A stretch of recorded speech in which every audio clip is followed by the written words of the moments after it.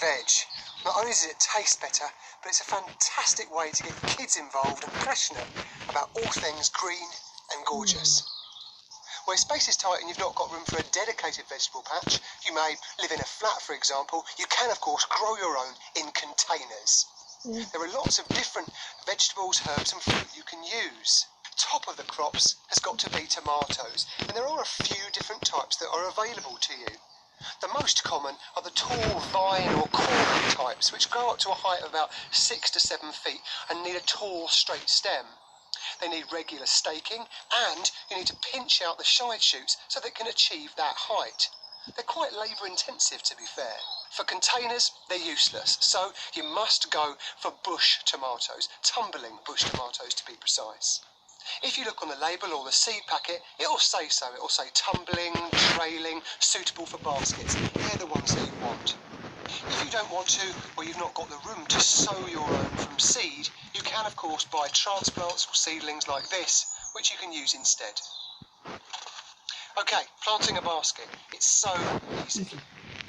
First of all, to stop your basket wobbling all over the place, it's a good idea to place it into a bucket or an old pot beforehand.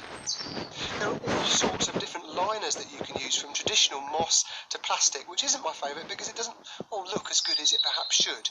I do like these though, which are just a simple felt liner. So you get your liner, you pop it into the centre like that. One of the most important things to remember when you're growing tomatoes is that they are really thirsty plants, and they will need regular watering because otherwise the fruit will split. Now, to help lessen the load, use some of this. This is a water-retaining gel which you mix into the compost, and it acts like a reservoir, swells on contact with water, and makes the water available to where it's needed, the roots. In its dry form, it's like that. When you add water, it looks something like that. Read the instructions on the packet for the amount to use. So the process of planting, it's so easy.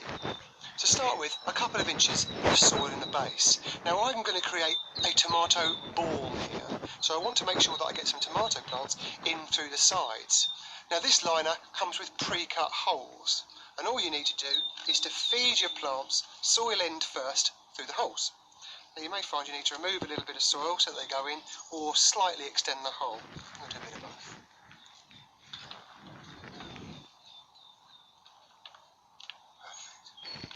There, we've got one there. I think I'll have 3 in this layer.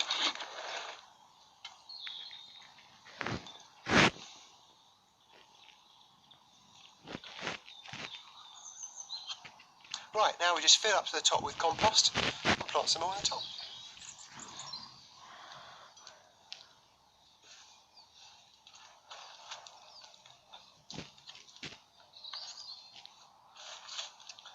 Pop one in there.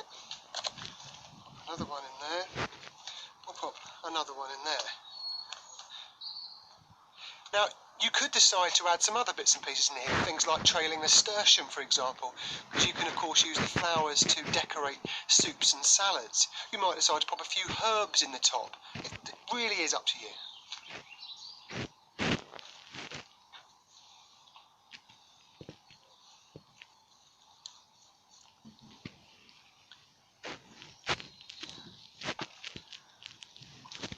The advantage, of course, of using some other trailing plants is that it will help hide the liner super quick, but you needn't worry.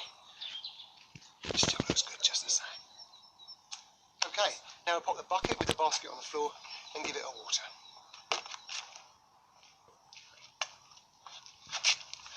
Of course, it looks really sparse after you finish planting, but don't worry, tomatoes are pretty rampant growers and it will soon fill out.